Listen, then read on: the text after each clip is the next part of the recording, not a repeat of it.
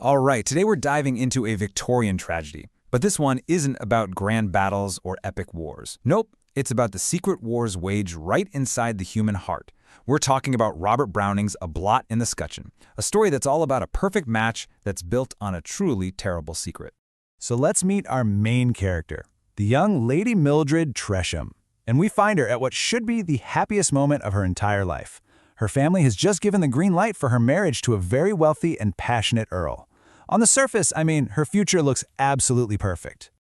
But instead of joy, we find her in complete and utter despair. So what on earth could be so wrong when everything seems so right? To get to the bottom of her secret, we first need to understand the author, who was kind of obsessed with secrets himself.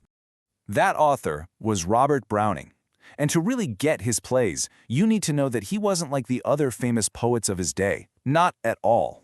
You see, while a lot of his contemporaries were these high society aristocrats, the Oxford and Cambridge types, Browning was a total outsider.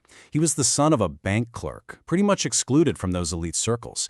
And because he was always observing society from the margins, his focus wasn't on the big public events, but on the complicated, messy inner lives of individuals. In fact, critics at the time often said that Browning was way more interested in psychology than he was in action.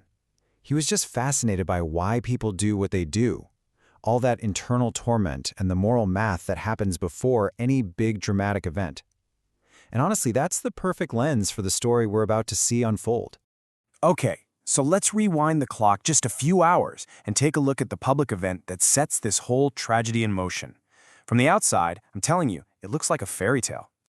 The play opens with this huge flurry of excitement. The household staff are all gossiping, trying to get a glimpse of the young, rich, and handsome Earl Merton, who has just arrived to ask for Lady Mildred's hand in marriage. The energy is just electric. Merton is formally received by Mildred's brother, Lord Tresham, who's the head of the family. And Merton doesn't just make some stuffy, formal offer. No, he makes this deeply passionate plea, declaring that without Mildred, he'd face despair within his soul. So this isn't just a political match. It's being presented as true love. And Lord Tresham is absolutely thrilled. He is, in his own words, wholly satisfied. He sees this as the perfect union of two great families. He goes on and on praising his sister's character, describing her as this ideal of womanhood, pure, constant, and good. For Tresham, family honor is everything, and this match just elevates it. So, the public picture is complete. You've got honor, status, wealth, and a declaration of genuine love. It's a perfect scenario, right? The stage is set for a massive celebration. But now we're going to leave the grand hall and follow Mildred to a private rooms where that flawless picture shatters into a million pieces. Alone, Mildred doesn't celebrate. She collapses in anguish, and her first words are this cry of torment. "Must I have sinned much so to suffer?" Wow, what a stunning shift from public joy to private agony. Why would a perfect proposal feel like a punishment? We don't have to wait long for the answer. As night falls, a cloaked figure appears at her window. And who is it? None other than Earl Merton, her celebrated suitor. But he isn't arriving as a fiancé. He's arriving as a secret lover, just as he has done many nights before.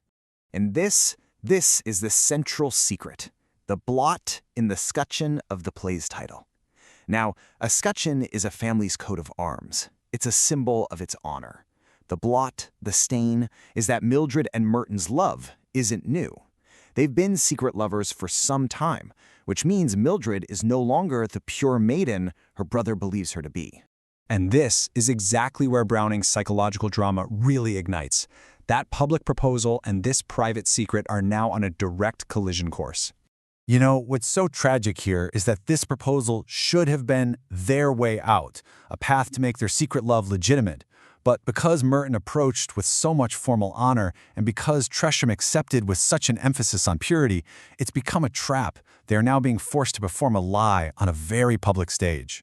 Merton is still hopeful, but Mildred, she is just filled with a sense of doom. She feels their fate is already written. Her line, "Sin has surprised us, so will punishment," shows that she believes there is absolutely no escaping the consequences. For her, the die is already cast. So this leaves them with an impossible choice.